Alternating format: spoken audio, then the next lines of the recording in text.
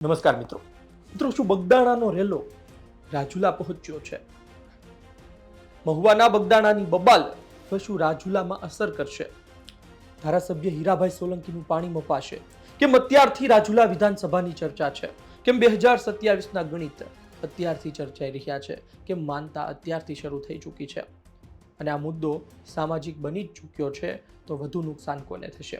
વિસ્તારથી વાત કરું. ગુજરાતમાં નવનીત બાલદિયાના હુમલાની ઘટના, બગદાણા બબાલની ચર્ચા અને આ વચ્ચે રાજુલામાં તિખારા.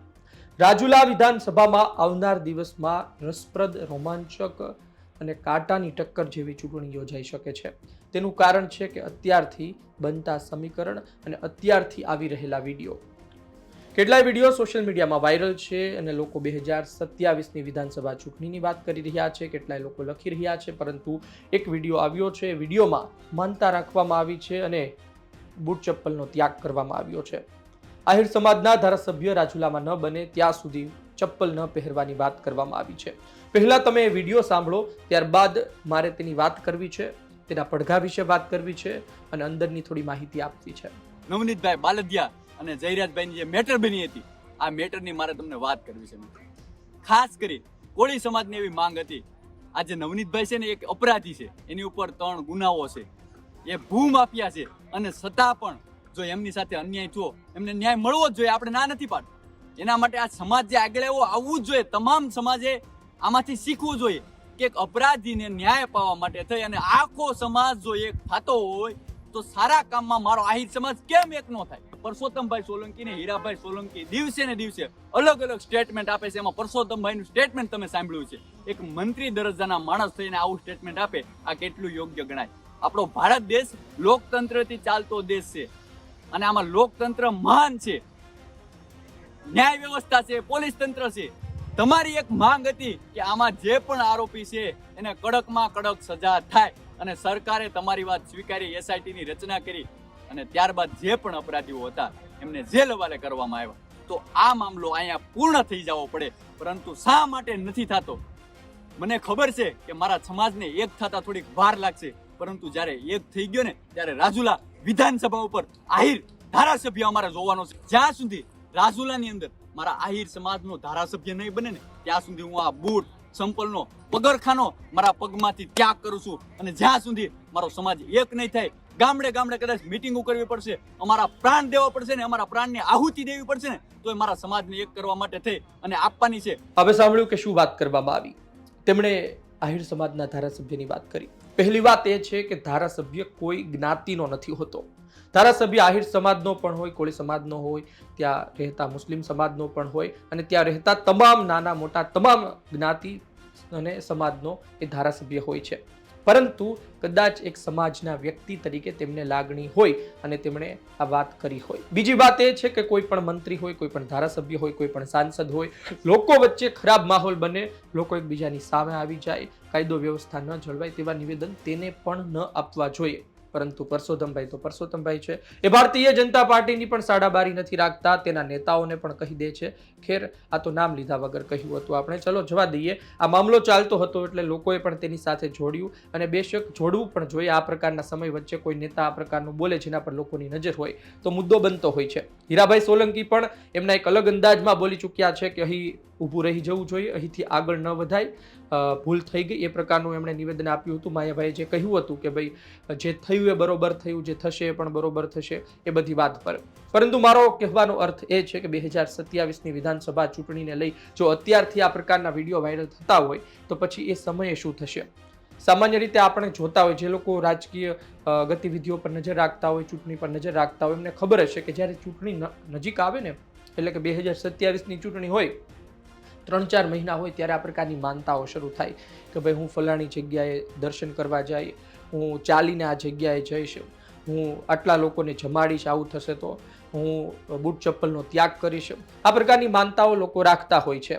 પરંતુ ક્યારે ચૂંટણી ખૂબ નજીક હોય ત્યારે. પરંતુ આ 27ની ચૂંટણીનો હજુ સમય છે.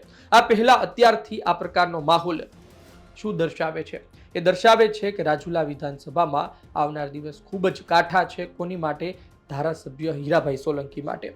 એક વાત એ છે કે જો આ પ્રકારે કોઈ આહિર સમાજના વ્યક્તિનો વિડીયો આવતો હોય અથવા તો કોઈ પણ વ્યક્તિ મૂકે કે ભાઈ આહિર સમાજના ધારાસભ્ય જોઈએ છે, તો સામે કોળી સમાજના યુવાનો પણ આવી શકે, એ પણ ત્યાં પ્રચાર માટે આવી શકે.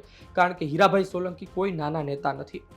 1998થી જીતતા આવ્યા છે. આજ અમરીશભાઈ ડેરે એક વખત તેમને હરાવ્યા. અને તમે જુઓ કે 22નું જે પરિણામ હતું ને, એમાં પણ જે વોટ શેર છે 10-12%નો, એ જ અતિ મહત્વનો હોય છે. કરણભાઈ બારૈયા લડ્યા, એ પણ અતિ મહત્વનું હતું. અને હીરાભાઈ સોલંકીને તેનો થોડો ઘણો ફાયદો થયો, અમરીશભાઈ ડેરને તેનું નુકસાન પણ થયું છે. જે અમરીશભાઈ ડેર જીતીને આવ્યા હતા ત્યારે પણ જે લીડ હતી, અને હીરાભાઈ જીતીને આવ્યા ત્યારે પણ લીડ છે. ટૂંકમાં 10 થી 15,000 વચ્ચેનો જે તફાવત આપણને જોવા મળે છે રાજુલા વિધાનસભામાં, એ અતિ મહત્વનો છે. અને 22માં પણ એવું પણ નહોતું કે અમરીશભાઈ ડેર સરળતાથી હારી ગયા હોય, એમાં પણ ટક્કર તો હતી. પરંતુ 27માં શું થશે જો બંને નેતા એક પાર્ટીમાં છે અને હીરાભાઈ સોલંકીને વર્ષોથી ભારતીય જનતા પાર્ટી ટિકિટ આપે છે, પરંતુ એમણે ફરી એક વખત નવનીત બાલદિયા કેસમાં એવું સાબિત કરી દીધું છે કે કોળી સમાજને ખૂબ મોટા આગેવાન અને નેતા છે. આ પરિસ્થિતિ વચ્ચે ભારતીય જનતા પાર્ટી શું કરશે? બીજી તરફ પરસોત્તમભાઈ સોલંકીના દીકરા દિવ્યેશભાઈ સોલંકી પણ તૈયાર થઈ રહ્યા છે. સામે હીરાભાઈના દીકરા પણ ભાવેશભાઈ સોલંકી પણ તૈયાર થઈ રહ્યા છે. ભારતીય જનતા પાર્ટી એક જ પરિવારથી આવતા આ બંને ભાઈઓને અત્યાર સુધી ટિકિટ આપતી હતી, પરંતુ બીજી પેઢીને ટિકિટ આપશે, આમાંથી કોઈની ટિકિટ કાપશે. હવે તો પછી એવી પણ ચર્ચાઓ શરૂ થઈ છે કે છેલ્લે કશું ભેગું નહીં થાય તો હીરાભાઈ એમના દીકરા માટે પણ ટિકિટ માગી શકે છે. પછી બીજી વાત એ પણ છે કે રાજુલામાં ભારતીય જનતા પાર્ટી અમરીશભાઈને ટિકિટ આપે, હીરાભાઈને મહુવા મોકલી દે તો પણ સમાધાન થઈ શકે. પરંતુ આ વાત કદાચ હીરાભાઈને મંજૂર ના પણ હોય, કારણ કે રાજુલા વિધાનસભા ક્રીમ બેઠક છે. એટલે કે રાજુલા વિધાનસભામાં ધારાસભ્યો કેટલા પૈસા કમાઈ શકે અને રાજુલા આર્થિક રીતે કેટલી સંપન્ન વિધાનસભા છે, એ ત્યાંના રહેતા લોકો અને ત્યાંના નેતાઓને ખબર છે કે વિધાનસભા શા માટે લોકો વધારે પસંદ કરતા હોય છે. હીરાભાઈ સોલંકી માટે એવું નથી કે રાજુલા જીતી શકે, એ બીજી વિધાનસભામાં જઈ શકે અને ત્યાં જીતી પણ શકે, પરંતુ રાજુલા ન છોડે, કારણ કે ત્યાં એમનો દબદબો છે અને ત્યાં બીજા પણ ઘણા સમીકરણ છે. ખેર, આ બધી વાતો એટલા માટે કરવી પડી રહી છે કે અત્યારથી આ પ્રકારના વિડીયો વાયરલ થઈ રહ્યા છે અને હીરાભાઈ સોલંકી દિગ્ગજ નેતા છે, તો સામે અમરીશભાઈ ડેર પણ કોઈ નાના નેતા નથી. હવે ભારતીય જનતા પાર્ટી કોને ટિકિટ આપશે, શું કરશે, બધું ભારતીય જનતા પાર્ટીનો પ્રશ્ન છે. પરંતુ એ વિસ્તારમાં આપણે એ પણ સ્વીકારવું જોઈએ કે આજની તારીખે ત્રીજો કોઈ મોટો નેતા હજુ સુધી નથી બની શક્યો, ત્રીજો કોઈ મોટો ચહેરો નથી બની શક્યો. એક જે કરણભાઈ બારૈયા હતા તે મૃત્યુ પામ્યા છે, આજની તારીખે આપણી વચ્ચે નથી. એમના પરિવારના લોકોએ હીરાભાઈ સાથે સમાધાન કર્યું છે, બધા વચ્ચે હવે સારું ચાલી રહ્યું છે. કહેવાનો મારો અર્થ એ છે કે ત્રીજો કોઈ ચહેરો છે જ નહીં. એટલે કે કોંગ્રેસ હવે શું કરશે, જો ત્યાં આમ આદમી પાર્ટીને પણ વિસ્તાર કરવો છે તો એ પણ શું કરશે. એક વાત 100%ની છે કે આમ આદમી પાર્ટી પણ ત્યાં મજબૂતાઈથી લડવાની છે, કોંગ્રેસ પણ મજબૂતાઈથી લડશે અને ભારતીય જનતા પાર્ટીમાં ડખા છે.